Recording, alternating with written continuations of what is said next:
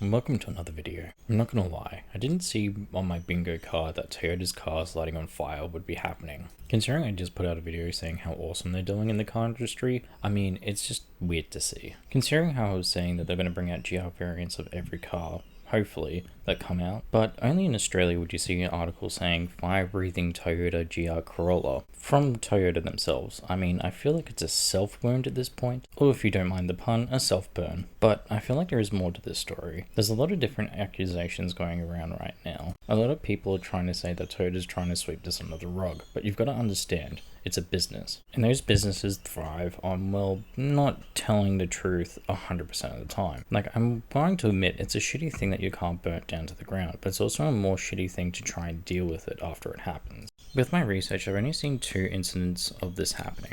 And that's probably because the car has a limited run, and it's also a track edition, so there's only a limited number. I'm willing to bet that lawyers are going to go all in and be like, this is an isolated incident. But considering that they're doing a cookie cutter response and blaming tires, and saying that the car that's a track car is going over 85 miles an hour, and saying that the tires are not rated for that, even though they're a sports tire, a Michelin Pilot Sport 4, you can see why people are very confused about what's going on. But I still do think this is a piss poor take, because I know recently, in the last 3 or 4 years, they've been sued in Australia for misleading the public on their diesel vehicles. So, I mean, they're not above telling lies. People are sitting there like, oh, but why would they do this? Well, money. Why would they mislead customers? Why would they do this? Why would they do that? Considering how much recalls cost automotive companies each year, I can see why they'll try and do everything in their power not to have a recall. Because again, they're a business. But I'm also not going to sit here and throw accusations at Toyota or anyone else, because there's a whole bunch of limiting factors. Apparently he just had his car worked on from the car dealership. And just because you go to a branded car dealership or car mechanic doesn't mean they're going to do the best job they can do. As someone that's dealt with it firsthand, just to see how poor they can deal with cars and how overworked and shit they can do a job, considering that most of the places are run on KPI and they have targets to meet and only a set hour of time that they can do the work, so they will rush to do things